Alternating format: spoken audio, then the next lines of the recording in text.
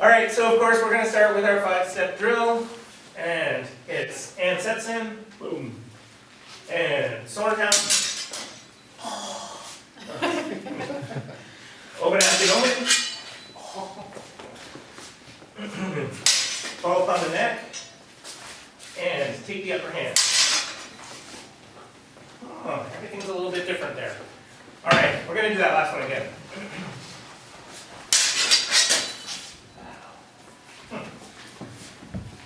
All right, that's it.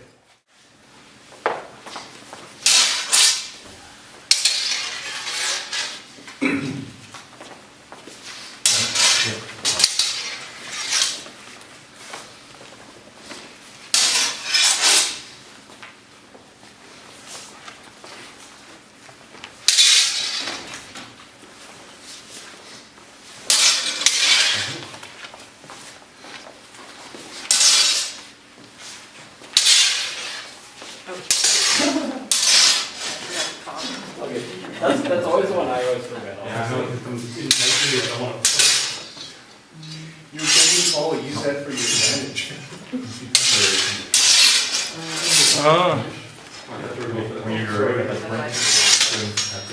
Same thing with the fall on the neck.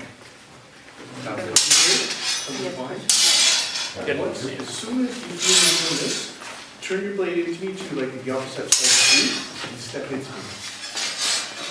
Yeah. You're basically going from flute to flute. You can use that to come to the flute. Push on the hand and use that for Right. Hands on the neck. Okay.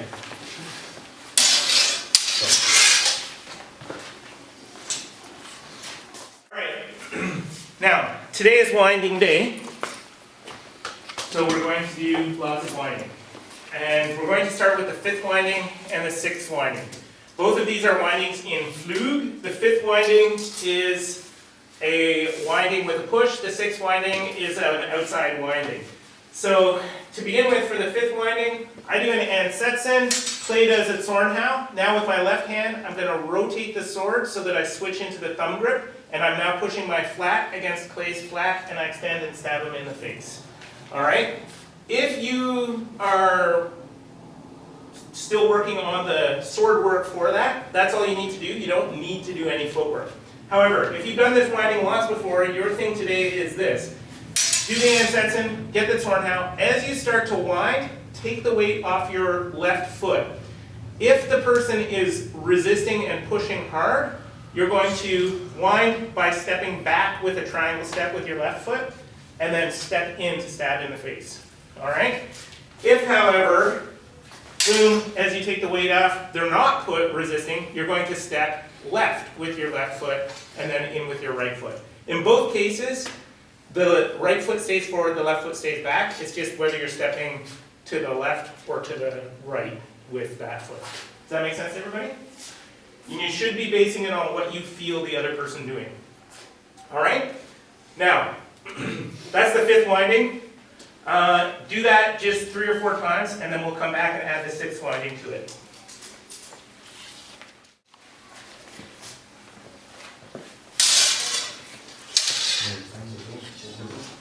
Just work on that one first. Okay.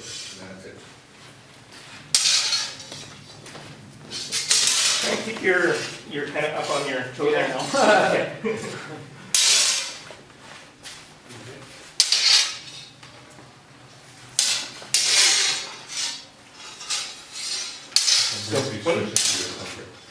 When you move into the thumb grip, keep your thumb on the side that it's on and rotate the sword into it instead of switching the thumb over to the other side. Okay. Yeah, I'll do with that one.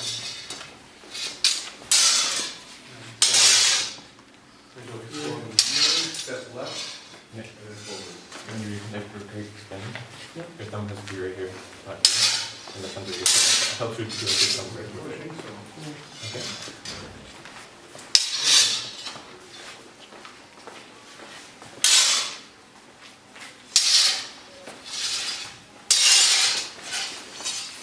There you go. All right. So now we're going to add the 6th winding. 6th winding is an outside winding in flug. So we're just gonna tack it on as the counter to the fifth winding. I do the Ansetsen, Clay does the Zornhau. As I do my fifth winding, he's going to let my push his hands out, keeping the point at my face. And he's going to step in with his left foot to keep his body in structure and stab me in the face. So he's using my push. Now, this is one of those ones where it seems like, well, as I'm doing that, can't I just come back and stab him? But yes, while we're doing it this slowly, but in reality, Clay can respond if I do that, and it's really actually hard for me if I'm doing it at speed. So for now, when you're the person doing the fifth winding, just do it and let them step around.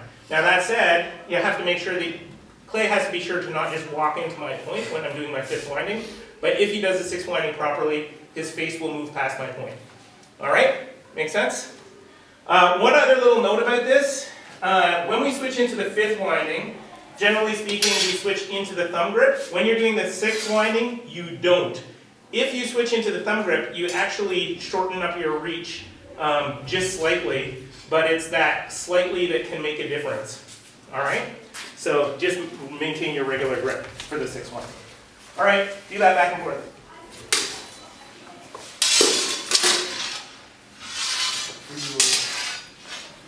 For your winding, come back to the body. So before we start, try to... And step in with that one. 45. There. This will give you a better structure. So when you wind, move into this. Yeah.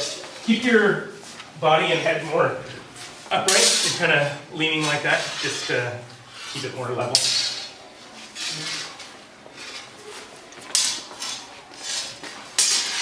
And then push your arm out, take your arm. Good. There you go. Use that thing. We're going to do six winding in a different context.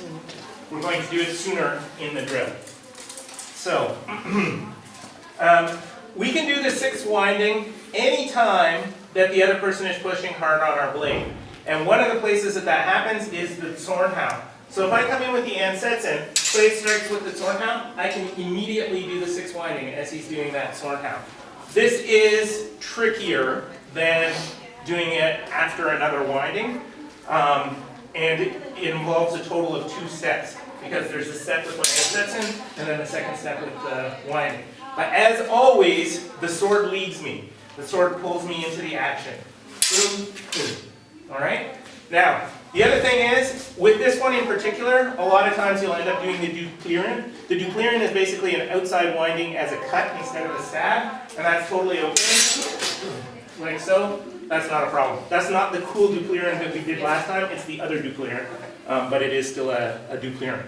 Does everybody understand that? All right, give that a go.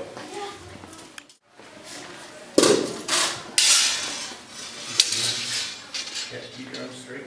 Keep your arms straight. And Keep upright. you want to wind. Keep it slow. If you're worried about it, just go slow with your Zornhau, and then his winding will match your speed.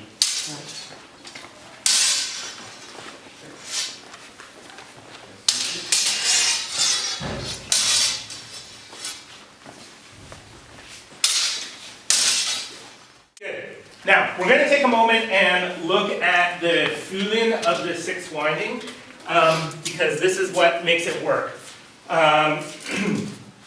And we can do this with either exercise that we were just doing, but I think it's probably easier to go back to the fifth winding for this one. So if I do the Ansetsen, Clay does the Zornhau, as I start to do my fifth winding, he's feeling my pressure and using that to go into the sixth winding. But if I let that pressure off, he should follow me back. So basically that idea that as, oh, he can do that, I can cut him. If I try and cut him, he can feel and shut down my cut by just winding back against me. But I'm not going to actually try and cut him. I'm just going to push and then let the pressure off. And as soon as he feels that pressure drop, he's going to follow me back. So he's just, if I push him, he lets me push. But if I drop off, he's sticking to my sword like a magnet. All right? And that's all that I want you to do. And then, of course, you'll switch and go the other direction. Do it for a few minutes back and forth each way. Boom. And whoop. All right? And we just want to really feel where that blade is and maintain control so that we don't get stabbed. Okay. All right, good. All right, I didn't want to spend too long with that. I just wanted to put it out there because it does help with that idea. And it also gives you the information about what you're responding to. One of the other things that goes along with this is that really, when we're doing a winding, we're almost letting the person push us. It's just, they want to push us so our tip goes offline, and we're just letting them push us so that our hands go offline and our tip stays offline. But we're still using their pressure to do our motion. So we're letting them do our work for us. It's fantastic. All right, now we are going to counter the 6th winding with the 1st winding. The 1st winding is a winding into ox. All of the first 4 are into ox. So if Clay does an Ansetsen, and I do a Zornhau, and Clay does the 6th winding against my Zornhau, boom, I'm now going to switch into the thumb grip, bring my cross guard up above my head, and push his tip up. So now we've got my strong on his weak, and I stab him in the face, like so. All right, so I'm just switching into that 1st winding. Likewise though, if Clay does the Ansetsen, I do the Zornhau, and he does the 5th winding, and I do the 6th winding, he now continues and winds all the way up into the 1st winding and stabs me in the face. It's the same thing. You counter the 6th winding with the 1st winding. Does that make sense to everybody? All right, so try that both those ways against, so it's Ansetsen, Zornhau, 6, 1, or Ansetsen, Zornhau, 5, 6, 1. Make sense? All right, do both those in both directions.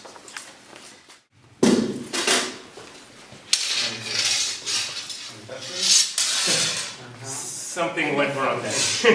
So, make sure you know which one you're doing too. So you're doing the Zornhau, she's doing the 5th winding, so you're going to actually do the 6th winding against that, and then she's going to counter your 6th with the 1.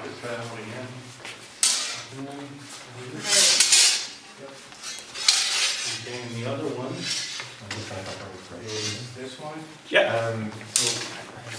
When he attacks, Yeah. Boom. You do the Zornhau, yeah.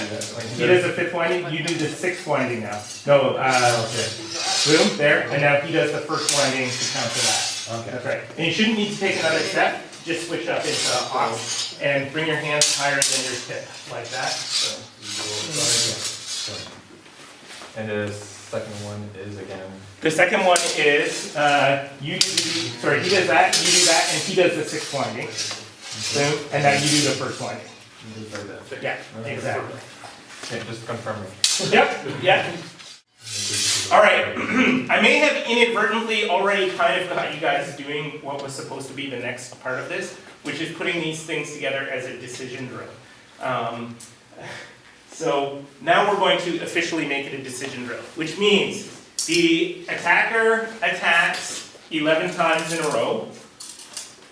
So I'm the attacker. Clay is the respondent. I Ansetsen, he does the Zornhau. Now, if I do a 5th winding, he does a 6th winding and stabs me in the face. Boom. Or, I do Ansetsen, he does Zornhau. My other option, instead of 5th winding, I do 6th winding, and he does 1st winding to counter. Alright? I'm setting the drill for him. I choose either 5th winding or 6th winding against his Zornhau, and he does either the 6th winding or the 1st winding in response. Does everybody understand that? Alright. 11 times, and then switch who's the attacker.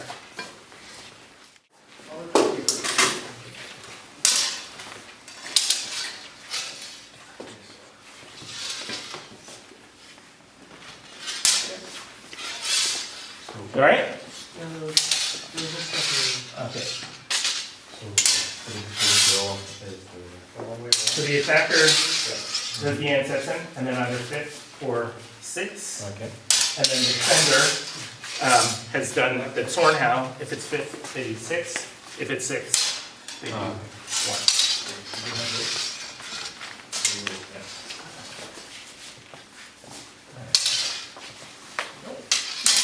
That's it. Good. I keep on the one into the first. That should be my The issue with winding into the first is if the person's in flute and you do an outside winding into ox, you lose contact with the blade and then you I like that. 9, 10.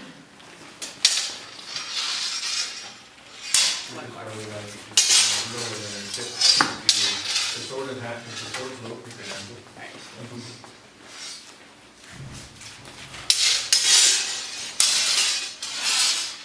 Except when you do that,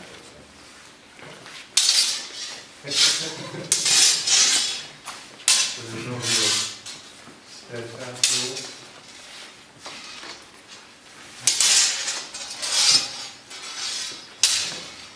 I think it's an 11. You now counter the first winding with the third winding. The third winding and the first winding are the same winding on opposite sides. One of the tricks with windings, though, is that the same winding is not always the same motion. Crazy terminology system. Anyway, I do an ancestor, Clay does a Sornhau. I do a fifth winding, Clay does a sixth winding. I now do a first winding. His third winding is, he's going to wind over top, push my point down, so now he's in ox, and now he's going to extend in and stab me. And my point is not threatening him, his is threatening me. Now, the trick to doing this is partly, alright, Clay does the Ansetsen, I do the Zornhound, he does 5, I do 6, he does 1. I'm going to switch into my thumb grip so that my edge is on the flat, and then push down, and then extend in. And that edge on the flat gives you the strength to do it. Now, of course, in reality, it's not roll, push, it's a smoother motion. But we're using that edge to give us that strength. And we want to make sure when we finish that his point, if Clay extends towards me, he can't hit me because my blade is in the way. Make sense? Do that one. All right, good. Now,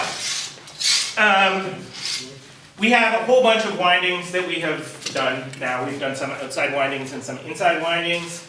And now, some of you have practiced a bunch of other techniques, like the Zucken and the Durchwechsel, that allow you to change who's in control of the bind. And I'm just going to quickly mention those, but we're not going to drill them individually. So these are the kind of things like, I do an Ansetsen, Clay does a Sornhau, I do a fifth winding, let's say, boom, here we go, and we're a little bit, okay, here we go. I go here, Clay can bring his point around my sword, and now he can wind up into ox, and so he's changed sides of the swords. He's let go of my blade and regained it. That's a Durchwechsel, a change through. And it's given him control over the bind. We can also do that kind of thing if we're back where we just were here. Boom, I can pull my point back and come underneath. That's the Zucken, the pulling, right? I can do either of those to regain control of the bind. We also have the Schnappen, which is switching sides, but that one finishes with a cut. So that is not included in our current list of techniques. Any of the windings and anything like a change through or a Zucken are good for what we're about to do, which is this. I face Clay, I do an Ansetsen, he does a Zornhau. Now I do a winding of any description, or whatever action seems suitable to regain the bind. Clay's point is on my face, my point is not on his, he's in control. I'm going to do a first winding, his point's not pointed at me, mine's pointed at him. He now has, or I now have control of the bind. He now needs to do something to regain control of the bind. He has decided to do a third winding. I'm going to do a Zucken to regain control, and then he can do something else. All right? And at that point, we just keep going, but we break it down. I do some action, Clay does some action. The trick is, of course, it has to be reasonable. So a single action of the sword and a single step is a good guideline. You can't do, boom, I come here, I do the winding, Clay can't now go, that's too big. Now, he could do that motion much more tight and it would be fine, right? And it's the same thing, I'm not going to go, here we go. right, do an actual motion that you would do in combat. We're not doing it fast. Let your partner finish their technique, then do yours. If you try something and it doesn't work, go back to the position you were just in. If you kind of get lost, just restart. Does that make sense to everybody? All right, go.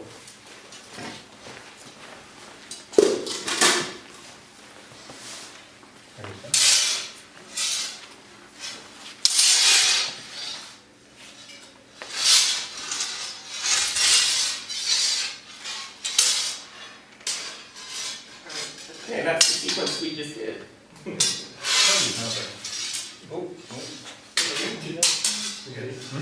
we were there. I did a change tree. And what did we do last time? And Yeah. change tree Yeah. because this is very good. Right? And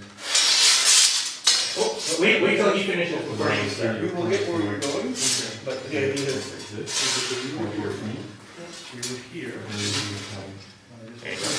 Take a step in with that just to get yourself in structure. There you go. Because you were still off, Okay. right? And I'm now like this. Thank you. Well,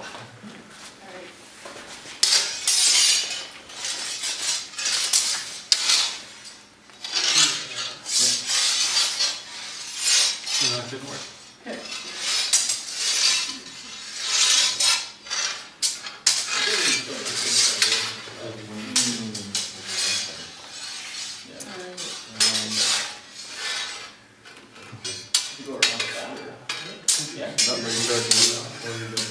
You all right?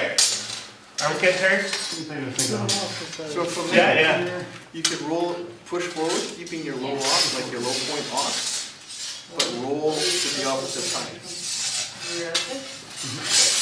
Yes, so I'll show you what I mean.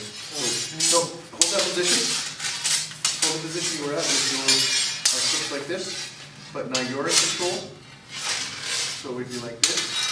I can extend into the opposite side.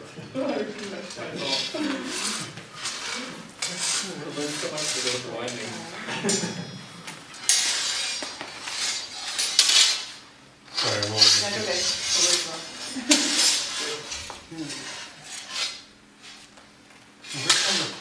is there anywhere I can go from here? Yeah. Wind into flu, thumb grip. Some group? Yes. Yeah. Low, boom, like that. There you go. Shake your shoulders. That's it. Things as they appear. So, sorry.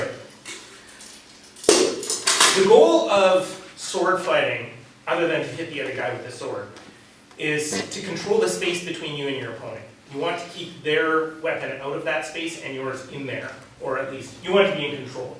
And there's a few ways that you can do that, and the most obvious is to push the other person's sword out of the space. Obviously, we can change it by reaching around the confines of the space between us with an outside winding. But the other way that we can do it is by redefining what the space is between us. So earlier when I was talking about doing that fifth winding and feeling that pressure and letting it push you offline instead of pushing their sword, there's stuff like that. So we're going to do this with the first third winding scenario.